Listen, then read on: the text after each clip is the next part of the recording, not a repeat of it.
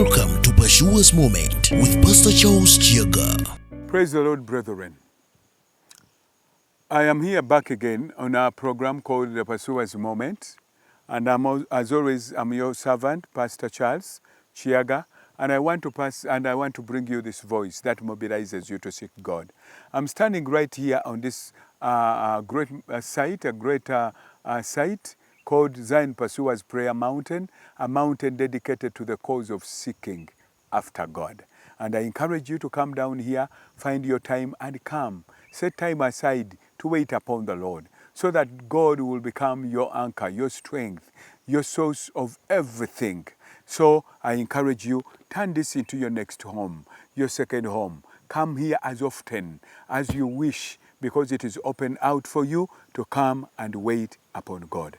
And I want to remind you, next week our conference is beginning. So plan to be here. Do not put anything during that week. And please come, even start reporting on Sunday so that you can be prepared to begin the morning on Monday, because it's going to be fire down here.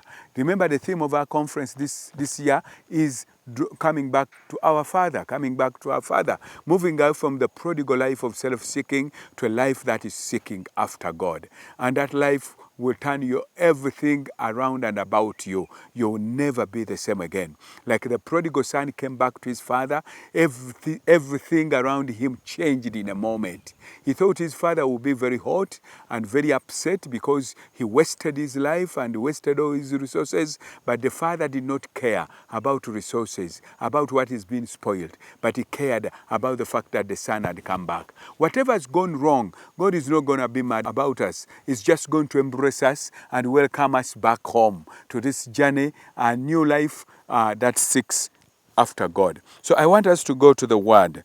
Yesterday, we ended when God was reminding David what he has done.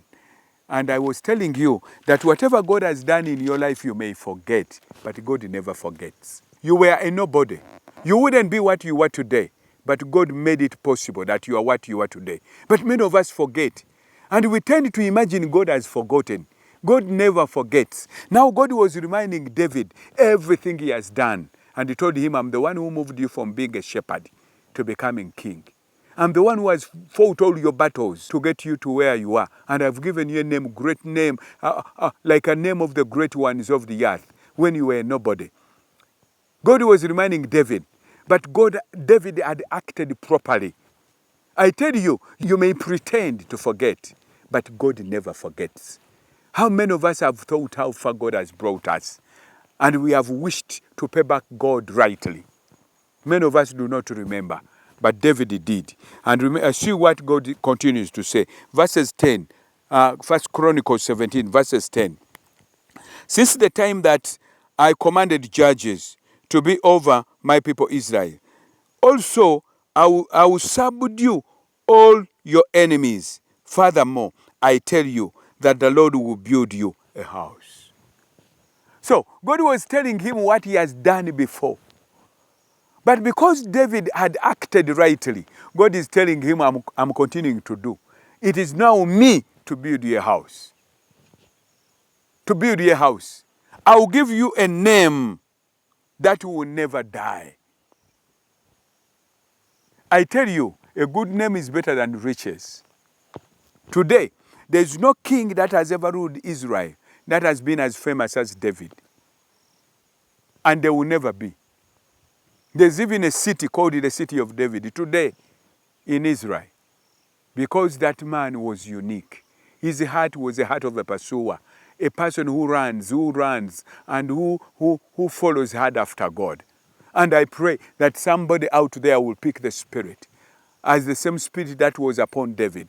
Not because his heart was perfect, no.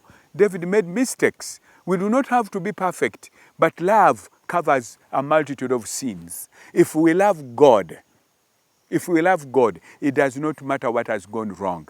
That love will cover the multitude of sins. When you love somebody, you never amplify the negative things. You look at the positive things. David for sure had weaknesses, like many of us. But God oversaw all that. And because of the love that David had for him. And it shall be, when your days have been filled, and you must go to your fathers, that I will set up a seed after you, who will be out of your sons, and I will establish his kingdom. Now God was telling him what he's going to do. He told him, it is me to build you a house. I will give you a name that will never die. And even when the time comes for you to rest with your fathers, it will be your son to stand on the throne, and I will be with him. God was now speaking out of a blessed heart. When you bless your parent will bless you.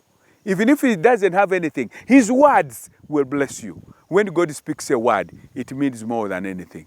So if you want to continue with these messages, download our app on Google Store, called the Pursuers Network app. Download it and get the messages. And also remember, next week, our conference is beginning. We are waiting for you. God bless you. Eyo yebadde Pursuers Moment ng'ekutuusiddwako essomero lya Pursuers Junior School erisangibwa e Butambala ku kkubo lya Mpigi Gombe. Ssomero lya Dene Boarding ery'abaana ab'obuwala n'ab'obulenzi, ng'okuwandiisa abayizi abapya kugenda maaso ku ssomero okuva mu baby class okutuuka mu kibiina ekyomusanvu. Batwalire omwana kati afune ekifo okumanya ebisingawo kuba ku nnoti 772 41 98 ana ne ku nnoti 702 36 41 64.